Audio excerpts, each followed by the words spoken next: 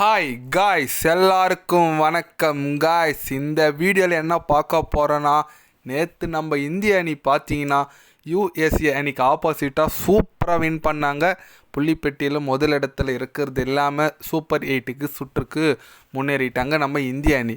இதில் பார்த்தீங்கன்னா முக்கியமான ஒரு விஷயம் நடந்தது என்னன்னு பார்த்தீங்கன்னா, நம்ம சிவம் தூபே பேக் டு ஃபார்ம் வந்திருக்காரு. அது கொஞ்சம் மகிழ்ச்சியாக இருக்குது.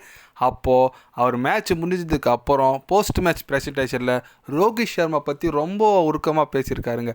அது என்ன ஏதுன்னு சொல்லிட்டு வீடியோ டீட்டெயில்டாக பார்க்கலாம். அதுக்கு முன்னே நீங்கள் நம்ம சேனலுக்கு புதுசாக வந்திருந்தீங்கன்னா ஒரு சப்ஸ்கிரைப் பண்ணிக்கோங்க. வீடியோக்குள்ளே போகலாம். ஆமாங்க, நம்ம ரோஹித் சர்மா ஒரு நல்ல கேப்டன் அப்படி இப்படின்னு சொல்லியிருக்காரு நம்ம சிவம் தூபே.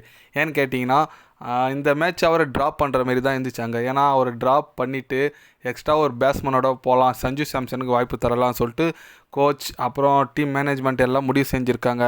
ஆனால் ரோஹித் சர்மா ஒருத்தர் மட்டும்தான் சிவம் தூபே விளையாடட்டும், அவருக்கு இன்னும் ஒரு சான்ஸ் கொடுக்கலாம்.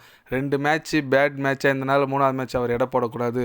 அதனால் அவர் கண்டிப்பாக அந்த மேட்ச் விளையாடணும், அவருக்கான வாய்ப்பு கிடைக்கட்டும், அவர் ஆடுவார், நல்ல பிளேயர்னு சொல்லிட்டு எனக்கு முக்கியத்துவம் கொடுத்தது முதல்ல ரோஹித் சர்மா மட்டும்தான். ஏன் கோச்சே என்னை விளையாட வேணான்னு சொன்னாங்க இந்த மேட்ச்சு. ஆனால் ரோஹித் சர்மா என்னை விளையாட வச்சு எனக்கு ஒரு ஊக்கத்தை கொடுத்தது அவரால் தான் இந்தமாரி ஒரு டீசெண்டான பர்ஃபார்மன்ஸ் என்னால் பண்ண முடிஞ்சுது. கண்டிப்பாக இந்திய அணிக்கோசரம் என்னால் முடிஞ்ச அளவுக்கு நான் கான்ட்ரிபியூஷன் கொடுப்பேன். இந்தியாவுக்கோசரம் வேர்ல்டு கப்பு கண்டிப்பாக என்னால் முடிஞ்ச அளவுக்கு அடிக்கிறதுக்கான உதவி நான் பண்ணுவேன்னு சொல்லிட்டு ரொம்ப இதுவாக சொல்லியிருக்காரு நம்ம சிவம் தூபே. ஆமாங்க, ரோஹித் சர்மா பாருங்கள், வழக்கமாக எப்படி சொல்கிறது, சில பிளேயர்லாம் சரியாக விளையாடலனா நம்ம மற்ற டீம்லாம் பிளேயரை மாற்றிடுவாங்க. இவர் ஃபார்மில் இல்லை, இவனை உட்கார வச்சிடலாம், நோவை திறக்கலான்னு சொல்லிட்டு அப்படி நிறைய சேஞ்சஸ் பண்ணுவாங்க. ஆனால் ரோஹித் சர்மா அப்படி இல்லை. சிவம் தூபே என்ன தான் 2 மேட்ச் சொதப்பினாலும் 3வது மேட்ச் ஆடுவார்னு சொல்லிட்டு நம்பிக்கை வச்சு அந்த அளவுக்கு நம்பிக்கையை காப்பாற்றிருக்காரு நம்ம தூபே. அதனால் இந்த மாதிரி தாங்க டீம் இருக்கணும். ஏன்னா நிறைய சேஞ்சஸ் இருந்தால் டீமுக்குள்ளே நிறைய குழப்பம் வருங்க. ஒரு மேட்ச் 2 மேட்ச் ஒரு 3 மேட்ச் வாய்ப்பு கொடுங்க, கண்டிப்பாக நல்லா பண்ணுவார். அதுக்கேற்ற மாதிரி சிவம் தூபே டீசெண்டாக ஆடி கொடுத்துருக்காரு.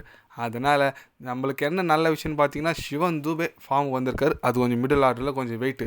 ஆனால் நம்ம யூஎஸ்ஏவே கொஞ்சம் பாராட்டி ஆகணுங்க. நான் தான் ஒரு சின்ன டீமு, பெரிய பெரிய லீக் ஆடாத டீமு, ஆனால் நம்ம இந்திய அணிக்கே இந்த அளவுக்கு கொஞ்சம் டஃப் கொடுத்துருக்காங்கன்னா கண்டிப்பாக ரொம்ப நல்ல வளர்ந்துட்டு வந்துட்டுருக்காங்க யூஎஸ்ஏ. கண்டிப்பாக ஃப்யூச்சரில் அவங்க நல்ல இருக்குங்க. ஏன்னு கேட்டிங்கன்னா, நான் ஆப்கானிஸ்தான் அப்படி தான் நினச்சின்னு இருந்தோம். ஆனால் செமையாக வந்திருக்காங்க. அவங்களோட கிரிக்கெட்டிங் பயங்கரமாக டெவலப் ஆகிருக்கு. இதை தொடர்ந்து கண்டிப்பாக இந்தியா அளவுக்கு அவங்களும் முன்னேறுவாங்க நான் நினைக்கிறேன். ஆனால் ரோஹித் சர்மா பற்றி இந்த மாதிரி சிவம் தூபே பேசியிருக்குது ரொம்ப வைரல் ஆகிட்டுருக்குங்க. இந்த உற்சாகத்தோடு இந்திய அணி கப் அடித்தா கண்டிப்பாக நல்லாயிருக்கும். பார்க்கலாம் இந்திய அணி கப் அடிக்குதா இல்லையான்னு. ஏன்னா வருஷம் இதுமாதிரி தான் நினைக்கிறோம், பட் கப் அடிக்க மாட்டுறாங்க. இந்த வருஷம் எதிர்பார்க்காம இருக்கலாம். ஏன்னா என்ன பண்ணுறாங்களான்னு பார்க்கலாம்.